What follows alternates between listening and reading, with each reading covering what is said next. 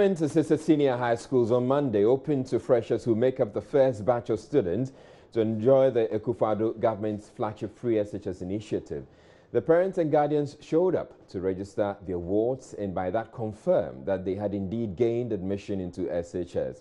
The process was, however, not without its own challenges. From not finding their names on the schools they thought they had selected to they being told by the schools they would not be admitted to the boarding house even though they live quite far away, and that would mean unreasonably long commutes to school.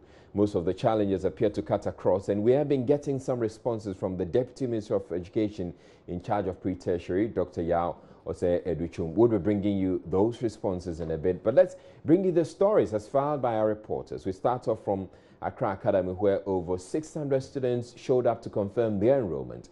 As at the time of our visit, though, only a handful had completed the process, with the headmaster, Reverend William Guy, explaining the delay was due to inadequate logistics. Nonetheless, Faustina Safo reports there were some very happy parents.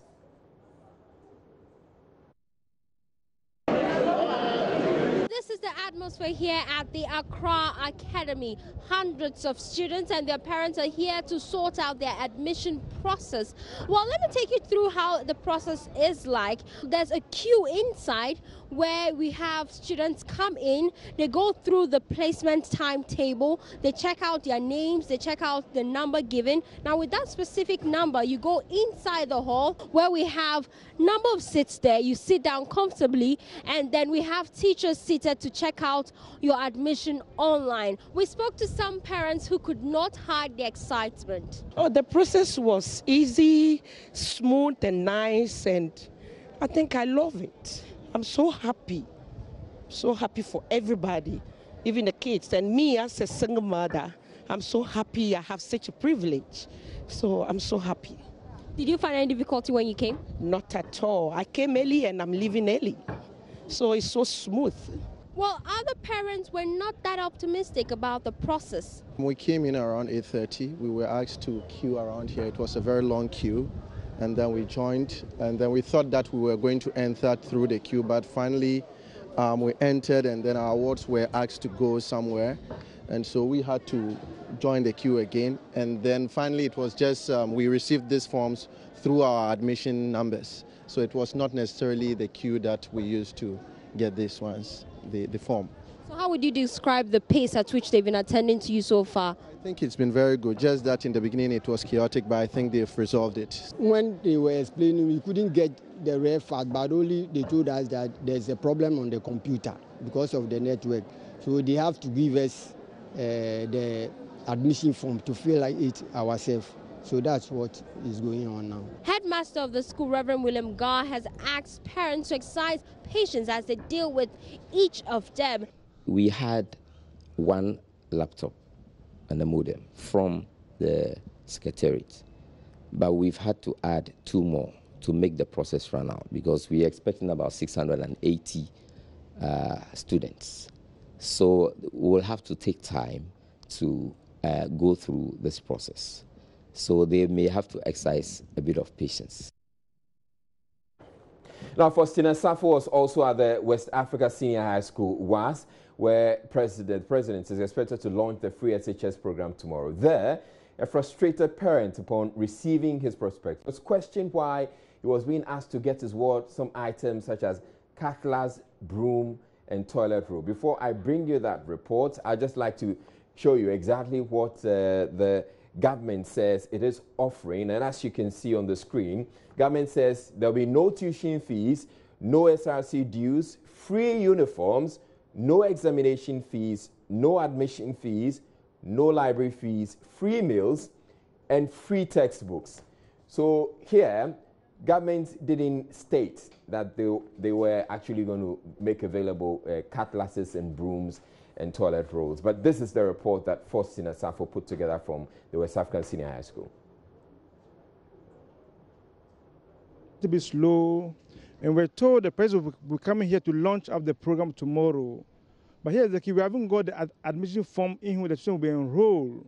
So when you come tomorrow, is it going to enlighten the people or the Form 1 and 2 or the first year students? The system, there's up and down in the system because because the system, I think because it is the first time in the system now, that we have faced a lot of challenges. We heard on the radio that they say everything is going to be free. But for now, what they are giving us here, we have to buy toilet roll, chairs, cutlasses. But on the media, what we are hearing on the media, or what the media is feeding the nation, and what's on the ground is a different issue altogether. We got here around 9 o'clock, and it's been a little bit of hazy. So we have been trying to put ourselves in place and get moving on, but there's still no avail. So we are still trying to get in. What is the issue with yours? He's my brother, so I came to escort him, and the problem is he getting the paper to fill. Yeah. The admission form. Yeah. Headmaster of the school, Edson Ose Jamra, earlier speaking to us, says that though the system was initially slow, they have been able to put systems in place to help aid the process to reduce the jam on the system. When they come, it gets to your turn. And when they came, in order for them not to cause any commotion, we gave them numbers and registered them. They wrote their names so that it would be orderly. Now, what was going to delay the process was the ICT session, where we have to get the information onto the laptop.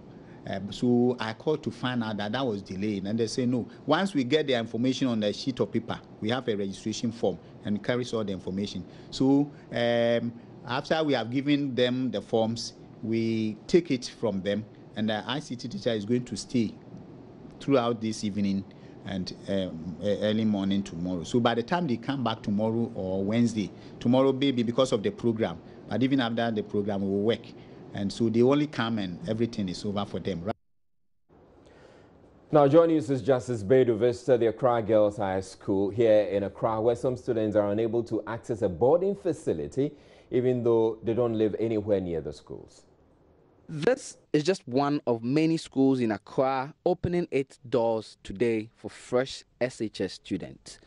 It's the last phase of what would usher them into a senior high school, and for many, their parents could not be any happier. Just as some way, they don't cry and say, "Yeah, be school more 20 million, 25 million a year. Where ya she, I may attend so free. But there are teething problems like boarding facilities to take those who live at a far distance from the school. I can't cry about boarding. I feel better yesterday. Just me who near me, who penny be answer custom natural. Until then, me a pa. Traffic will come so free and some bedroom some traffic. If free a poquas crown so about traffic. Just a crime by do no bread, and you mean so about do no a bread. Problem is here, yeah, bro, when they say, Sauku school, Accra had their unya boarding school. Omuma boarding. I don't know, you go so I shan't you feel na yako how koshe sabia. Omube and they say board na say day. But you almost try to say Sauku school, Accra, and I just say unya boarding. Today was largely smooth for many of the students, but the problem of accommodation goes to show the many challenges, especially with infrastructure, that government would have to address to make this project have the impact that is intended. Justice Bedu, Joy News. Government has been challenged on the implementation cost of the first-year free SHS and how sustainable it will be. Norton MP and former Deputy Education Minister Samuel Okudzeto-Ablakwa said the 400 million cedis earmarked by government will be inadequate and estimates that at least 600 million cedis will be a more realistic figure. But as far as the headmaster of the St. Thomas Aquinas School here in Accra is concerned, there shouldn't be any funding challenges. Joining us, Maxwell Agwagwa has been interacting with him and some parents at the Laboni Senior High School who are worried their children would not be admitted to the boarding house because school authorities are prioritizing people living outside the Greater Accra region. I don't envisage any financing challenges, even if it will take the government 800 million cedis or $1 billion. I said we have oil money. Libya did it. We can do same now, by which the CSSPS is sorting out. is the placement number given to me. I requested for 520 students, and I was given 616. A difference of 96. We've been talking about the NPP's flagship program, the Free Senior High School. Well, he tells me that about 600 students were placed here in the school. And as at 10 a.m. this morning, about 400 of them have already registered and are ready to start class on Wednesday. Because you see, when they say free, we are living in a country where that when you say free, that means everybody think everything should be free. There are some people who have the money who can pay. Believe that some of us who think that we want to support the nation, we have the money to pay fees. We can pay fees so the nation will develop. So some pundits have raised concern that government should have targeted vulnerable and needy people for the Free Senior High School program.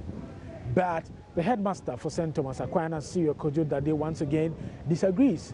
He says for parents who feel that they can pay for their ward school fees, they should rather channel those resources to support the schools that their children are attending. I don't agree with those parents. The free education is there for all. If you think you can pay, you accept the free education. What you think you can pay, the school needs so many things. Come and donate those your excess money to the schools. Earlier, we were at the Labone Senior High School where some parents were raising concerns because authorities there were giving priority to people who have come from other regions. Well, what that means is that if you wrote your basic education certificate examination here in the Greater Accra region, you cannot make it to the boarding facility at Labone Senior High School. I learned my son is not going to get the admission for boarding house, and I was asking why. They said when you write the BCE in Accra, the exam in Accra, that means you will not get the boarding house. That means you have to be a day student. But we are trying to resolve that issue too with them. The logo of the Free Senior High School policy is an open book with two jubilant children. Now, carefully written under it are the words access, equity, and quality. Well, some parents do not want these core things compromised, even as they are not burdened with the cost of paying for the admission fees, examination fees, and the likes for their children. I'm very excited because paying extra fees is going to be limited, and my concern is also about quality. If the quality is not going to drop down, we still want to maintain the quality. So we are just praying that everything goes as planned. Borders, they have. Now, in the Ashanti Region, MP for Foricrom, Dr. Emmanuel Mafo, wants government to concentrate on expanding existing senior high schools to accommodate more students who crave for the elite schools. He believes the country could have surmounted the current challenge of meeting boarding demands of SHS entrants if previous government had focused on expanding facilities of existing schools instead of building new ones. Erastus Asaradonko has been visiting some schools in Kumasi and joins us on the telephone line now. Hello, Erastus. Now, before we come to the Foricrom MP's issue, what are your observations at the various schools you visited? Well, one thing runs through the excitement that greets the whole free SHS initiative. As I went round. You could see the excitement visibly on the faces of parents. Some of them will tell you, last year I couldn't send my ward to school because I did not have any money. This year I've been able to get some forms and he or she is going to school. So that's the excitement. But however, people had some challenges. Some parents were not too happy, especially those in the Ashanti region. Many of them were awaiting a decision from the various schools as to whether they will be given a boarding status or a day status, because they were serving people, students from other regions before they give the remaining vacancies to people who live in Kumasi and people who live in the Ashanti region. That did not go down well with parents who had to contend with getting hostel facilities that they will pay for their wards to stay in certain second cycle institutions. So that was the reservation, but in all, it was that of excitement. So the Foricrom MP has been sharing some ideas about making free SHS better. What has he been saying? Well, he thinks that ex-President Kufuor started something by expanding the existing senior high schools, the notable ones. He says people would like to go, the awards would like to attend schools with names, Prempeh College, St. Louis Training College, Yasantoa, and the rest. He thinks that many of these second cycle institutions have land that could be developed, could be expanded into dormitories and other institutions to take more students in the Ashanti region. He thinks government should go in that direction.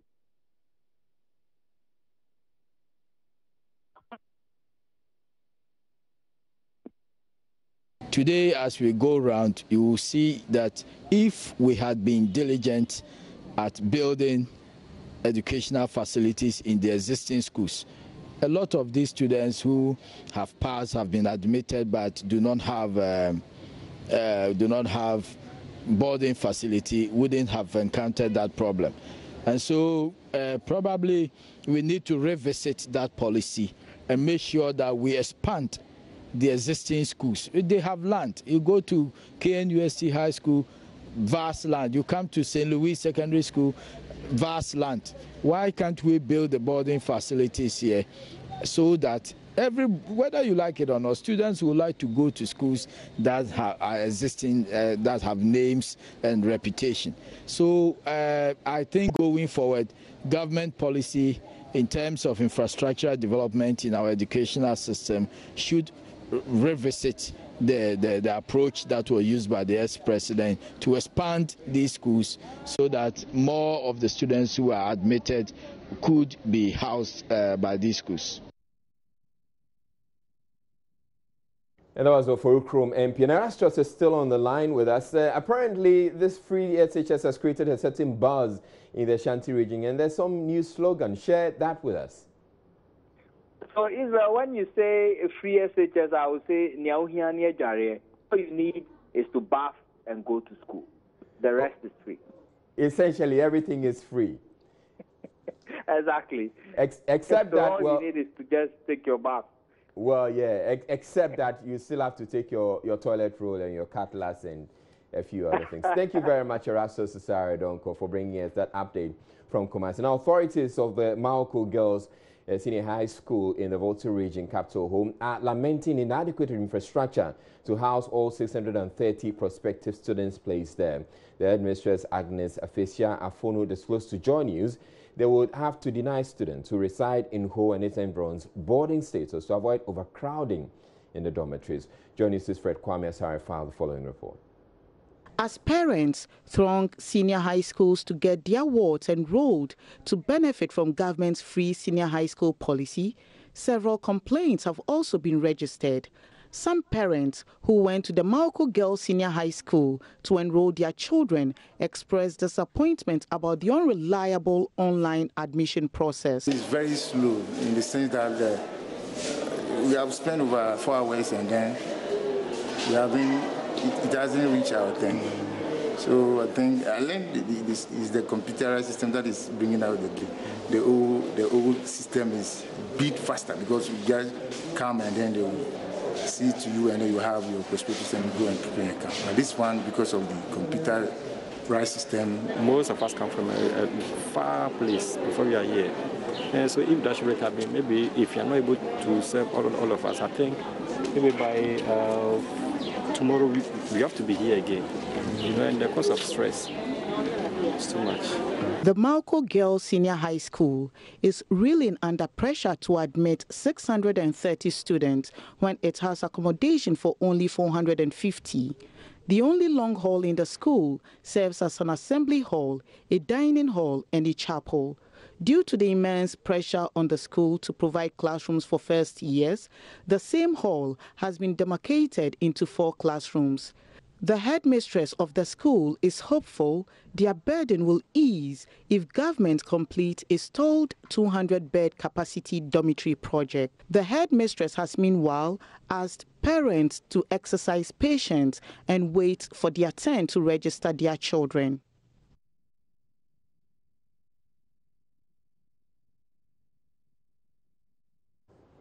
All right, you're still listening. You're also watching Joy News Prime, and we've heard all the complaints that have come up with the start of the free SHS. We have some responses from the Deputy Minister of Education saying that all the issues that have come up will be dealt with. There are issues such as boarding and day students being misplaced.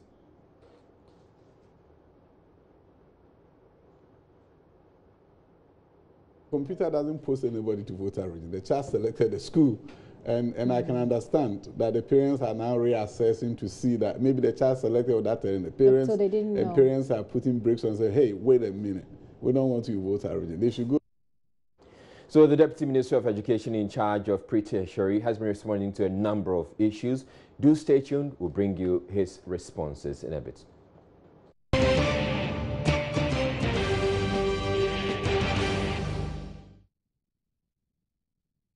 Welcome back to Joy News Prime, and as we've been telling you all evening, government-assisted senior high schools on Monday, they open to the freshers who make up the first batch of students to enjoy the Akufo-Addo government's flagship free SHS initiative. Now, the process has, however, not been without its own challenges, from people not finding their names on the schools in the schools they thought that they had been selected, to they being told that the schools they have selected would not be admitted. They would not be admitted to the boarding house, even though they live quite far away, and that would mean unreasonably long commutes to and from school. Now, most of the challenges appear to cut across, and we have been getting some responses from the Deputy Minister of Education in charge of pre-tertiary, Dr. Yao Ose Educhum. Now, let's start with one of the issues that has been running through, one of the critical issues that has been running through. It has to do with boarding and day students being misplaced. Let's hear what the Minister has to say. The computer doesn't post anybody to voter region. The child selected the school, and I can understand that the parents are now reassessing to see that maybe the child selected that and the parents, so they didn't know. Parents are putting brakes on and say, hey, wait a minute, we don't want you to voter region. They should go to the regional Office of Education. Okay. They will be able to talk to them and see what they can do, especially when the parent is saying bring him to a school closer to me. I don't think it's a bad thing. The thing is this, if she was sent to a day school in voter region and there's no boarding facility, then we have to take a look at it. Okay. On the other hand, if there's a boarding facility, there's a reason why the boarding is there. Okay, so this is how the GES, this is how the ministry is dealing with those issues. Case by case basis. Okay. Where you have extreme situation where even though the student may have made a mistake, and now he's posted from Accra to a day school in Kumasi. Yeah, we are working through those kind of issues. Okay. But we are not doing a wholesale transfer, no. If there's a boarding facility, you selected the school, you go there, because it will be chaotic to see everybody say, hey, I want this school. And somebody may say that because he got her third choice, right? And he wants to come back to the second or first choice. So it's not possible under the circumstances. Other issues that has come up is that some of the parents are saying that they're being asked to pay some monies that essentially they describe as bribes. The Deputy Minister has been responding to that as well. Wherever it is, if it can be substantiated, at minimum, the headmaster will have to come to Accra and talk to us, because we've met with them countless number of times. Find out who is asking to pay the money. I want to be very clear on that, because some scam artists will be doing this and maybe putting headmaster's name in trouble.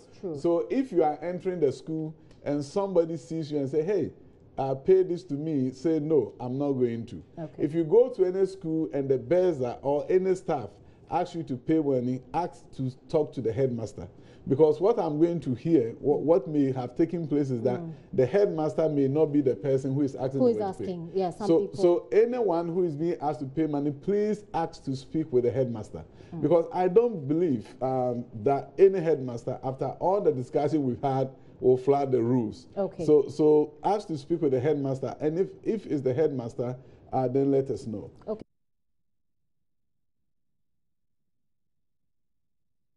right, no. One other issue that the minister has been responding to that has to do with students who completed junior high school last year, but they are now entering senior high school this year. Essentially, it means that they are not exactly, they're freshers, all right, but they don't belong to the new cohort. What happens to them? Do they benefit from free HSS or not? Let's hear what the Deputy Minister has been saying.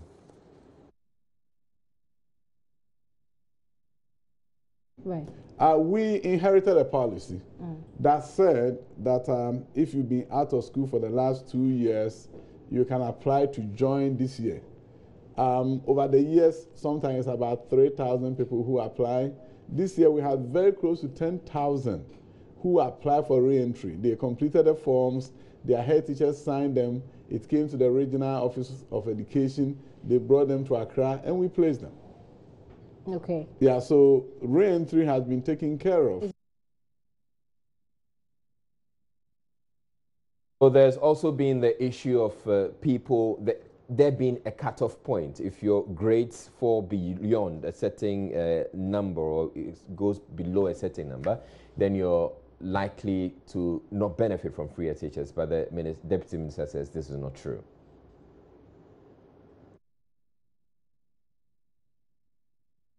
When you begin to talk about cutoff, you confuse people. That is why we've told people that the most important thing here is this. 8% of the students did not do very well at all on the test. They didn't do well. Those are the students who are not going to participate in the free senior high school, right? Those are the ones. And I give credit to the NDC for coming up with a policy that was called RECIT.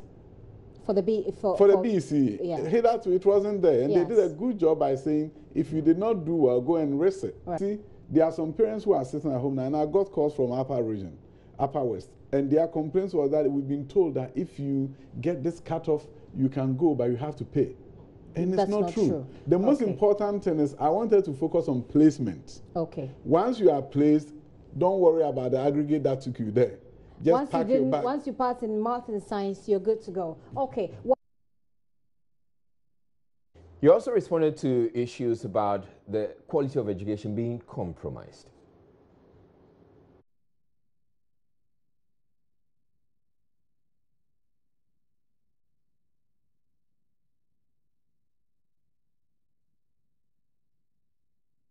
What we are telling schools is that there's something around the world called intervention. Response to intervention in schools around the world.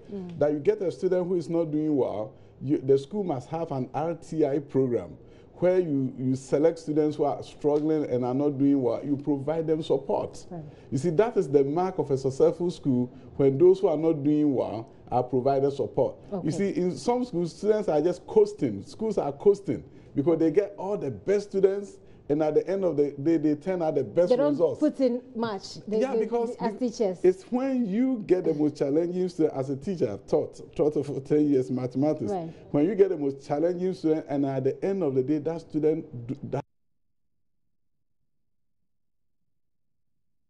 is transformed. That is when you smile. Oh. Right, so what we've decided to do is, I'm sure lots of parents are going to be interested in what the Deputy Minister has been saying regarding the concerns or the issues that have come up. We're going to make available all these short videos available on our Facebook page, so you can go there and get to hear for yourself or watch for yourself what exactly the Deputy Minister has been saying. But the minority in Parliament also has had its say, and they are demanding that there be an end to what they describe as a chaos that has characterized the free SHS placement system.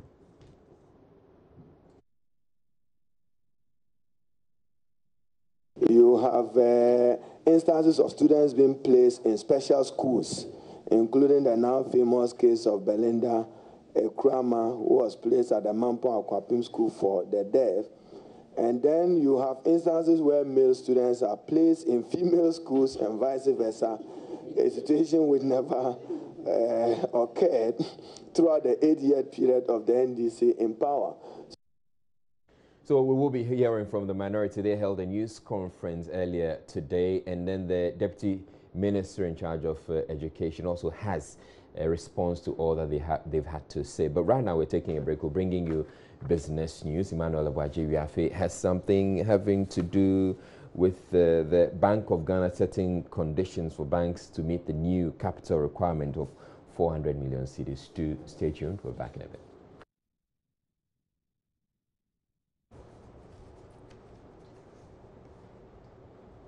Hello again, good evening to you. Welcome to Business on the News. The Bank of Ghana has outlined conditions for meeting the new capital level of 400 million Ghana cedis and has ruled out any special considerations for local banks. George Biafe has more in this report.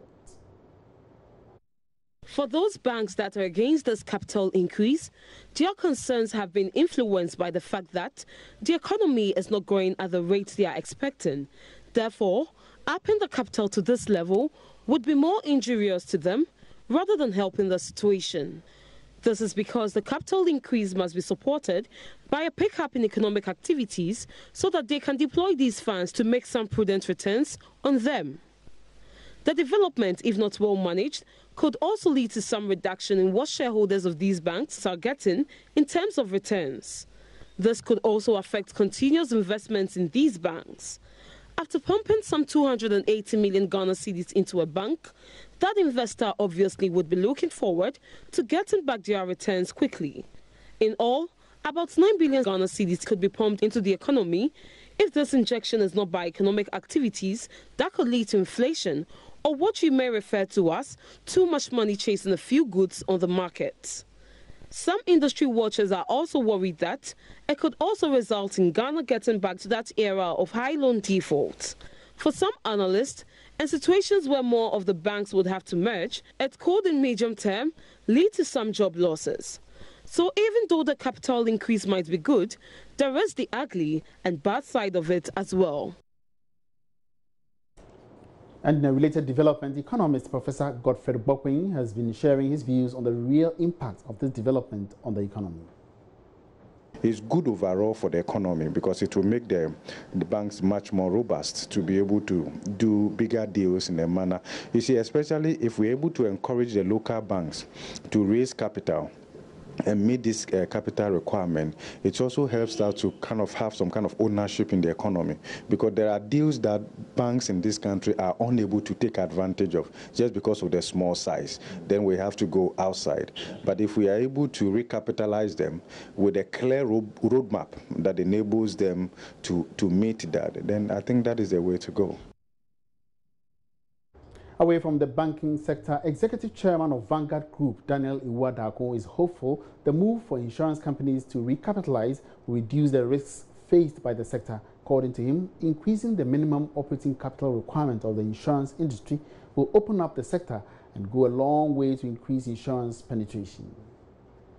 The launch of the Vanguard Motor Insurance Card comes in the wake of government's quest to ensure a paperless transaction of business activities, as well as helping to increase insurance penetration level in the country. Dr. Gideon Amenyado is the Executive Vice Chair of Vanguard Assurance. He tells Joy Business that the launch of the Motor Insurance Card falls in place with Vanguard's resolve to reduce the risk of claims. Clients do complain why they have to be carrying this all over all the time. Being a customer-focused company and a Ghanaian company, for that matter, has to listen to the clients. After a long research, Vanguard realized that why can't we change this heavy-duty A4 sheet into something very simple, convenient, which will have all the details that are on the A4 sheet. So Vanguard came out with this beautiful card, which is very easy. We have our police here because it's a requirement. And now that we are changing from the A4 sheet to the card, it's important that they will know that the evidence of insurance, which is a certificate, will no longer on this A4 sheet. That's why we invited them, so that they will know that if somebody produces Vanguard certificate not on this last sheet, but on the A4 sheet, it's equally very, very important. On his part, Group Chair of Vanguard Assurance, Dr. Iwadako, is hopeful the biometric motor insurance card will improve activities within the insurance sector. Insurance penetration, I believe, is low in Ghana because of the way that we're educating the insuring public. A lot of people do not even know that they can mitigate their certain risks that they face by taking out insurance. And I think that, and I'm happy the Insurance Commissioner is championing this cause. I think that together, the insurance companies should come together and actually launch a serious educational program for the Ghanaian public, because that's the only way. If we do it together, then we have more resources to reach more places, and we'll find that people will start to get educated, and they'll start to look at mitigating their risks by taking out insurance on the sort of challenges that face them in their normal life. Meanwhile, Vanguard Assurance says the motor certificate card will be extended to other insurance policies. In other stories, Executive Director of the Pan-African Chamber of Commerce and Industries, Kebugena, is advocating a reversal of the status quo where the Economic Partnership Agreement, EPA, has become a benchmark for directing the flow of international trade between Africa and the West. Kebugena, who was speaking ahead of the third Pan-African Conference to be held in Accra on Tuesday and Wednesday, emphasized Africa's continental free trade area as a focus for the new African trade order. One of the agenda of this conference is also to look not only at the continental free trade area, the CFTA, but also to look at the impact of the EPA, AGOA, on the CFTA. I think that is very important, but also some bilateral, actually, free trade agreements. As you said, the EPA, for example, that has been negotiated in the continent for the last 10 years, is still somewhat stuck in most of the regions, actually. But what is important to understand, it will be, and it is better to negotiate from a grouping point of view rather than from individual country point of view. Very difficult sometimes, because in that grouping you will have actually interests that can conflict with one another. But the view actually in the private sector and in most places is that maybe the CFTA should be given priority than EPA or any other agreements, actually, because from what we have now, the EPA seems to be the bar that needs to be reached at by CFTA. It's the leading, actually, benchmark now is set by the EPA rather than by CFTA. I think it has to be the other way around, and that is part of the discussion, actually, that will be happening actually in this area. I think there is. What we have to understand is this kind of negotiation has never happened with as many as private sector representatives, particularly leaders of private sector representatives in this kind of forum. And the Deputy Minister for Agriculture is assuring vegetable exporters that all is set to have the ban on vegetable exports overturned as the EU delegation arrives in the country tomorrow. The ban was imposed on vegetable exports from the country to the EU market due to the presence of harmful organisms and non-compliance to phytosanitary measures. In an exclusive interview with Joy Business, Deputy Minister George Odro said serious measures have been put in place to turn things around. And they are coming from on the 12th, that's coming Tuesday, and they will leave on the 21st. What you've put in place, there's no way, that's my feeling, when they come, definitely they will leave the ban.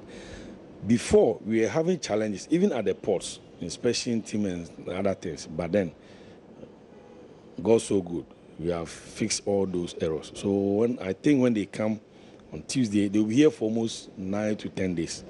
They'll go around and do the inspections, and wherever they went and realized we were making wrongs, we have rectified all those mistakes. And I think when they come on from Tuesday going, you will hear good news. So you too should pray for us. Okay, so what are we expecting to be its impact on the economy, or let's say the market as a whole? Because we've seen farmers going out of business, exporters, pack houses. What will be its impact? The impact is that it will create jobs, because those products that have been banned, the farmers, most of them have gone out of business. This pack house you just mentioned, at least you have people who work at a pack house. I've been visiting so many pack houses. At least the least number you get in a pack house will be about 10, 15, some 20, 30, depends on the size. So if they come and they leave the ban, these farmers will come back into business, and then employment will start. They will employ people at the farm gate, at the farm, and the pack houses. So it will be a good news for us. That's why I say pray for us. When it is lifted, The main impact will be job creation, and it will help the economy as well, because the export they do bring foreign exchange to the country. So that's what we are aiming at, that when they come, they should leave the ban.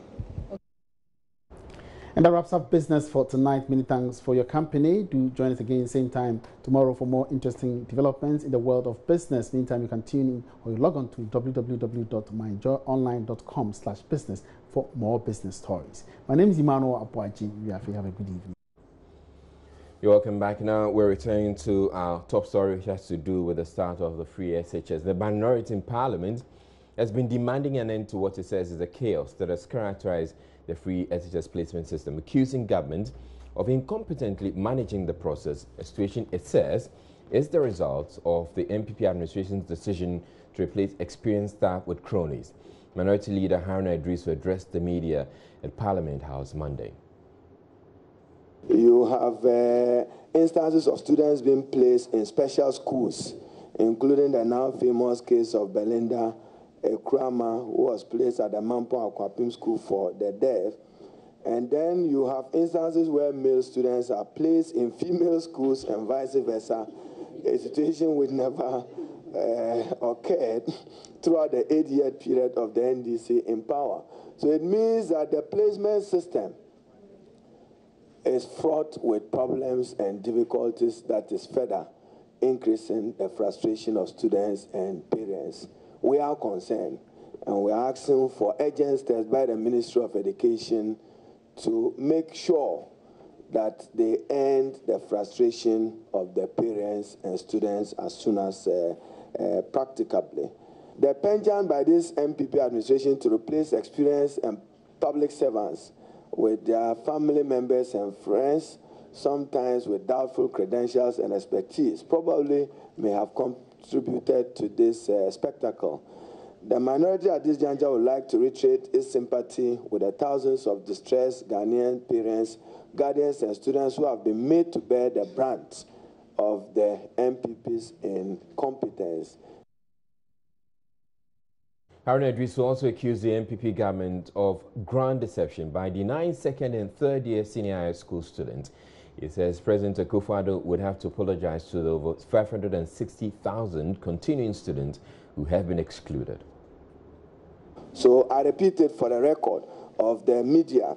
A total of 565,404 Ghanaian students in senior high schools comprising year 2, second year, and third year, those he campaigned with, they will not benefit from this. Those who will benefit are those graduating from JSS, known as first years.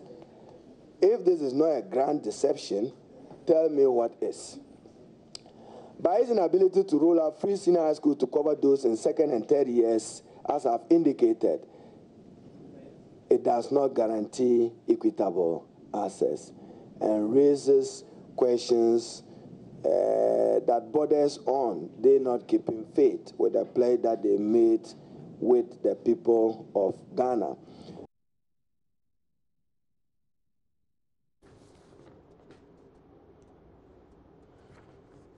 Well, Deputy Minister of Education Yao Seduchum says what the minority is saying has no merit. He however concedes there have been challenges, but says measures have been put in place to resolve the issues. They started something called Progressive Free. Right. They were just giving 84 cedis to day students and 54, and they still couldn't pay. Okay. They accumulated arrears. As I speak with you, the good news is that we are paying off everything. Tomorrow, they don't know how to execute new ideas and programs, and they are just trying to look for a few instances where there have been glitches that I have come out to admit. Okay. Monday, when we had over 400,000 parents trying to log on into our system, of course, the system was overwhelmed. We immediately went to NITA. NITA took over the server of our system, placed it on a virtual server with unlimited capacity so everybody can log in. And that is how we executed Tuesday going forward and got hundreds of thousands of people to go into the system and print their registration documents. So yes, we realized that the first day was challenging. The second day was now parents are being able to print their registration. Let me come to why the early CSSPS and why the challenges. What we decided to do differently, when we got to the Ministry of Education, my minister, Dr. Meto Poku Prempe, said, we need to cut this out. We need to stop this loss of instructional time. So let's compress the whole placement schedule. Don't take 3 months to do placement. Now look at the 156,000 who did not get schools. All the people in that process, only about 25,000 have not gotten schools, selected schools yet, right? The 125,000 plus who have done it, nobody's complaining about his or her placement because they selected it, right? Okay. Now, so what we are saying is this.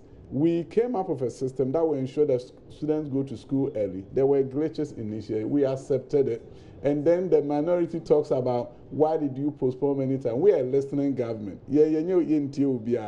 So what we decided to do was, you know what? Let's move forward. We're not going to put any impediment in your way. I keep hearing where we get the money from. The various sources, which can you point Government of Ghana sources, I'm not going to sit here. The most important thing is that the headmaster from North can open school. You're watching Joy News Prime. We're taking a break to bring you international news, but still ahead in the bulletin, there's been widespread angst over the decision to demolish part of the old Parliament House, and we'll be bringing you that story and the reactions that have come in later on. But we'll bring you international. Right. So I had earlier indicated to you that we were done with international news, but we're bringing you international news extra tonight, and it has to do with the situation in our neighboring country, Togo. Opposition parties there will be marching to its National Assembly on Tuesday to demand a constitutional review. This follows government's announcement to hold an extraordinary parliamentary sitting Tuesday. The 14 opposition parties say they have received intelligence that suggests the National Assembly will not consider the motion for a constitutional review on Tuesday as planned. The extraordinary parliamentary sitting by the Togolese National Assembly was expected to consider a motion that will place a 2-term limit on the presidency. However, there seems to be some division among the opposition members themselves as they are divided over what strategy to adopt. Whereas some are demanding the immediate resignation of President Fonya Singbe, others insist an amendment of the 1992 Constitution should bring an end to the 50-year reign of the Singbe family. Joining us, Favor Nunu has been speaking with some opposition parties in Togo. People ask us, tell us that the discussion tomorrow does not concern our Constitution and the review of our Constitution.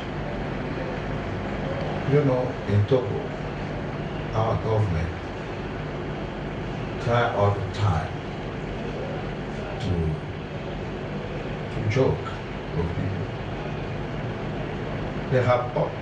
They announce this only to show international community that they are going to review the Constitution. They are not ready to do it. That's why today we ask people to go to Parliament tomorrow morning to tell our deputies that what we need now is to repair our original constitution people adopted in a referendum in 92. That's all. That is our, because we are tired into 50 years for one family. We do apologize for the poor audio quality there, but we have joining us Favor Nunu. He's joining us live from Togo. Hello, Favor. Now, you tell us what the mood is in the country right now. I know you've been speaking with some of the opposition parties. Currently in Togo, things appear a bit calm compared to how the situation or the country was quite tense last week and then going into the weekend.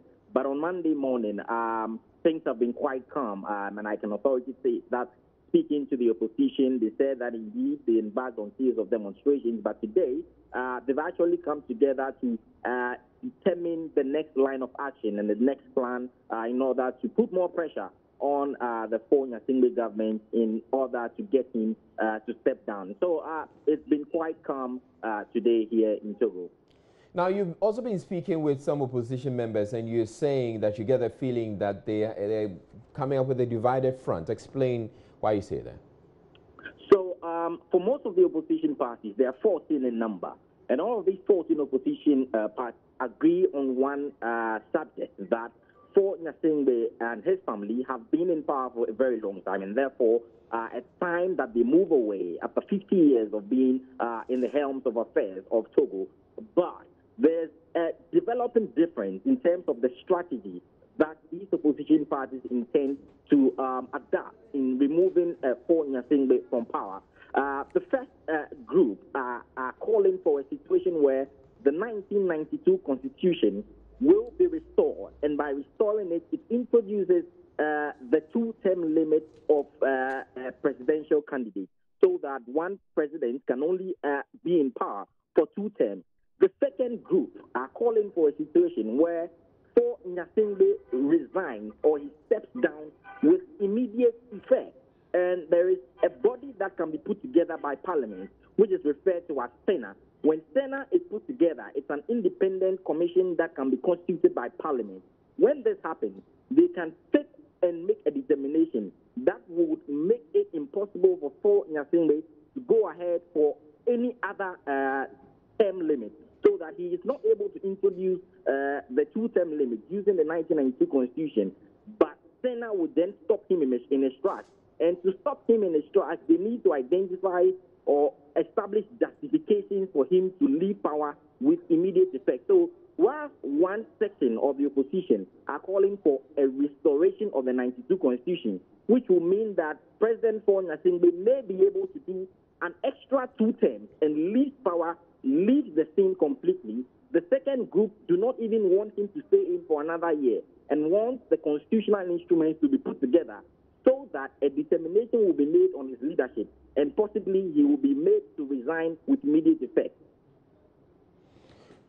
All right, thank you very much. There was Favor Nunu. He is in Togo, and he will be monitoring that protest march by the opposition parties on Tuesday, and we'll be bringing you updates as and when they become available. Now, back home in Ghana, there's been widespread condemnation of a decision to demolish the old Parliament building in Accra for the construction of a new structure set to cost 15 million cedis. The building, used as office space for the Commission on Human Rights and Administrative Justice, had parts of the structure destroyed in a fire in December 2013. Nancy Mbefa Dradozi, who was at the site to see workers pull down portions of the structure, reports most of the old chamber is still intact. So 4 years after fire gutted the old Parliament House opposite the Kwame Nkrumah Mausoleum, we are here today where we're witnessing the demolition exercise being carried out here at the premises of the old Parliament House. We've been trying to speak to authorities from Shraj, but then they've refused to respond to us. Speaking to the public relations officer for Shraj, he tells us that they've erred in not communicating to the members of Parliament and to the general public in a whole. But what we do know is that when this building is finally being brought down, it will be raised up again with some 15 million Ghana cedis to actually put up another building for the Commission of Human Rights and Administrative Justice to house them and serve as another working area for Shraj.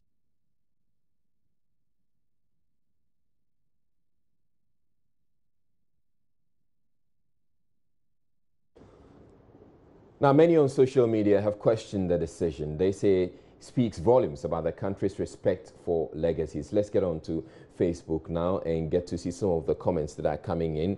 Kwasha Frenuama says it is vandalism of the First Order, KB Asante, on demolishing of old Parliament House. And it keeps running. Beryl Richter says she shared the link. Shraj legally demolished old Parliament House. That's according to the AMA. Chenchahene Boateng says old Parliament House goes down, new facility to be constructed at 15 million cedis.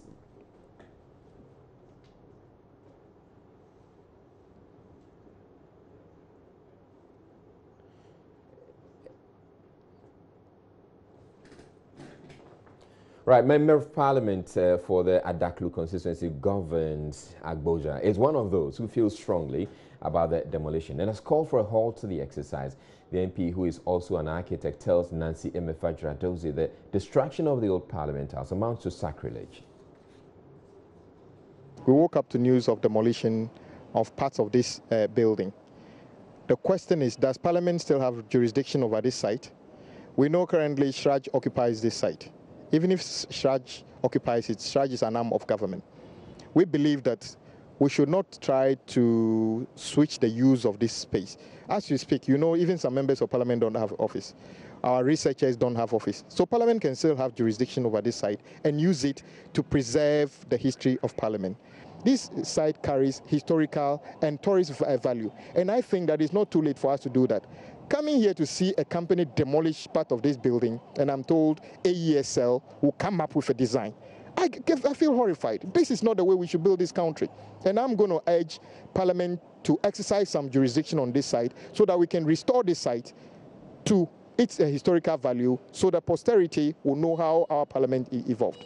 We are told that a statement will be issued by Shraj or somebody by the close of the day to explain. But should we be finding out things that way? No, we shouldn't. I came here, I saw demolition. If you don't even have a design, why are you demolishing the existing thing? If you don't know what you want to build yet, why are you demolishing the old one? And I'm saying that whatever they want to do, they must pause now and do proper consultation, because they are about to break down a section of Ghana's history which would not augur well for any of us. I am calling on them to stop whatever they are doing now and let the proper consultation be done. We cannot wish away or demolish away this section of our history. It's critical. Right, again, there are many on social media who agree with the MP. Hudu Abdul Wasiu says, what is wrong with Ghanaians? Why do we have to pull down the old Parliament House?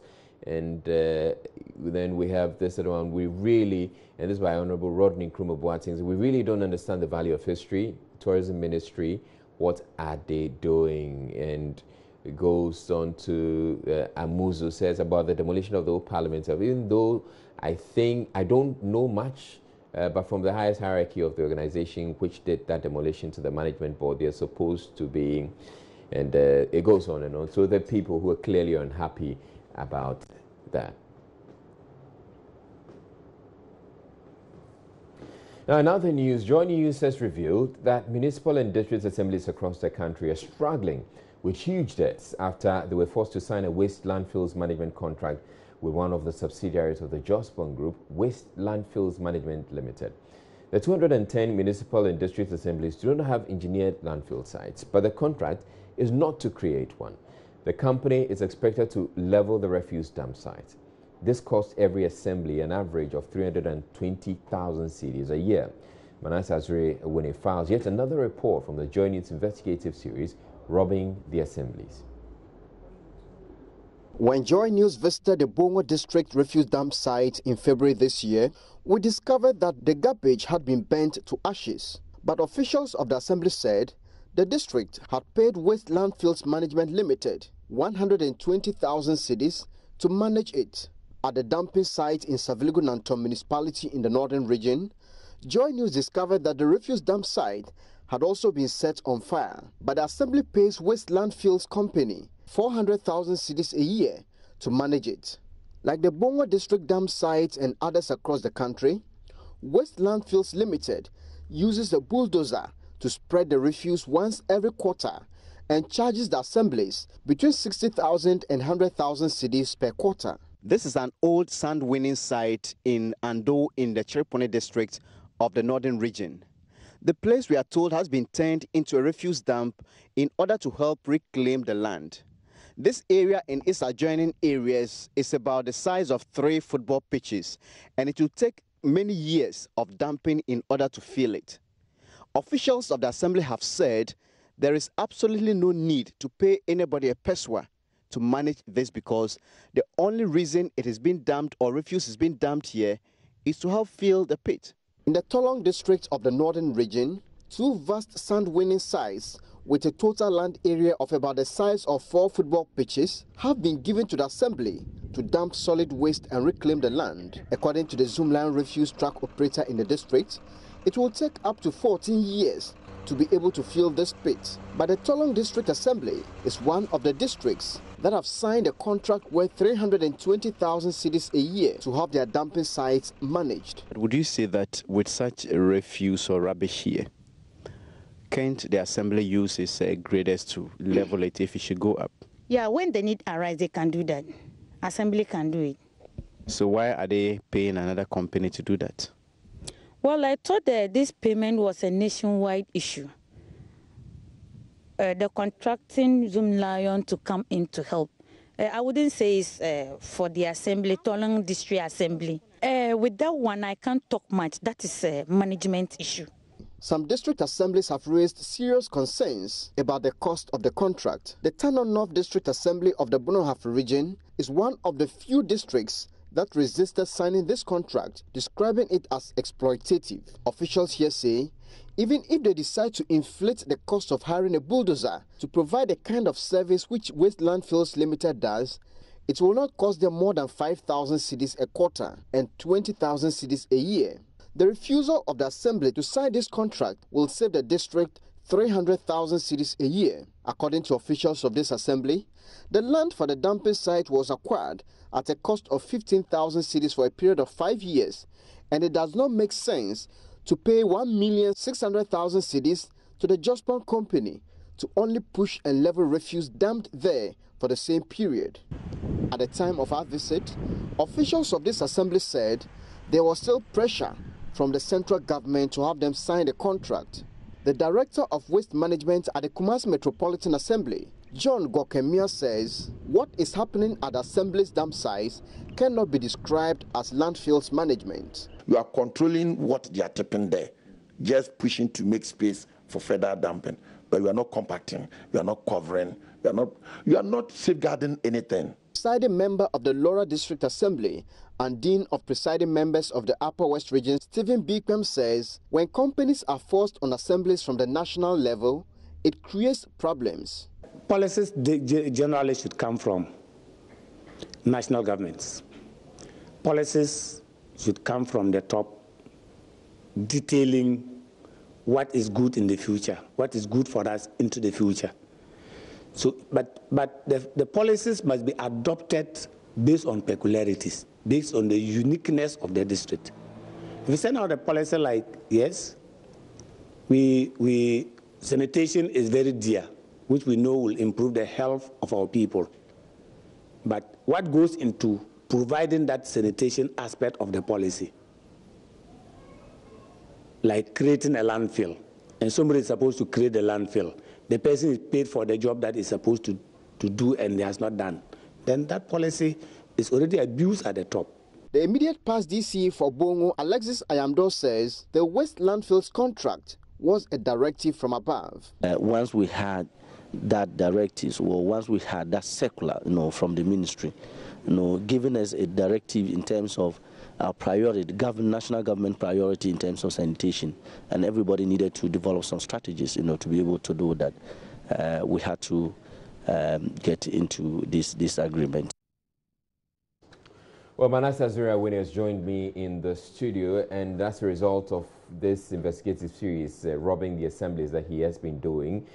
We have had the police CID taking up the investigations and saying that they would want to look into it. As a result, Manasseh Azuriah had to go to the police CID today to help them, assist them with their investigations. We'll be coming to that in a bit, Manasseh, but first, explain to us, it's clear that the assemblies do not need these landfill sites and the contracts that are being forced down their throats.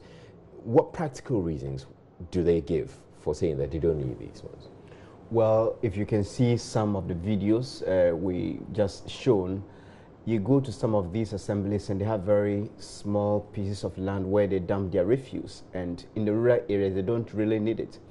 Some would tell you that for Cheripone, for instance, we got a Zoomland district manager to tell us that anytime they go to pick these waste containers, the farmers would beg them to come and employ it in their farms because they don't generate much plastic waste. So if you take what is generated in the market, they see it as manure. All right. So they have a vast land there which was used for sand winning. So They even need a lot of that to fill the pit. And if you go to some of the areas who they tell you, like the Tano North District, they say if they want to contract somebody to do this service, get a bulldozer or a grader to level their landfills, it will not cost them more than 5,000 cedis to do it per quarter. So that is, if they even want to inflate it, it will be around 5,000 cedis. So in a year, it will cost them around 20,000 cedis. But per this contract, we know that they are supposed to spend as much as 320,000 cedis. And if you take assemblies such as Savilugu Nanton, they are paying in the northern region, they are paying 100,000 cedis every quarter. So you ask them, and the best reason they can give is, well, this is a national contract, so we're compelled to also don't have much of a choice. Yes. All right, so you were at the police CID today. How did it go? What were the interactions, and what sort of questions did they ask you? And first of all, are you a suspect or are you a witness? Well, they made it clear at the very beginning that I'm neither a suspect nor a complainant in this case. The police have what it takes to start investigations of this nature. And prosecute the case by themselves. Yes, by themselves. So they felt that we have information that is vital to their investigation. So they called us to come and assist. And we went there with some documentary evidence of what we have run. And we are talking mainly about the fumigation contract, the 98 million cedi fumigation contract that was awarded to 11 subsidiaries of Jospon, when Zoomlion already had 2 such contracts, that's fumigation, running in all the MMDAs. So they are looking into that.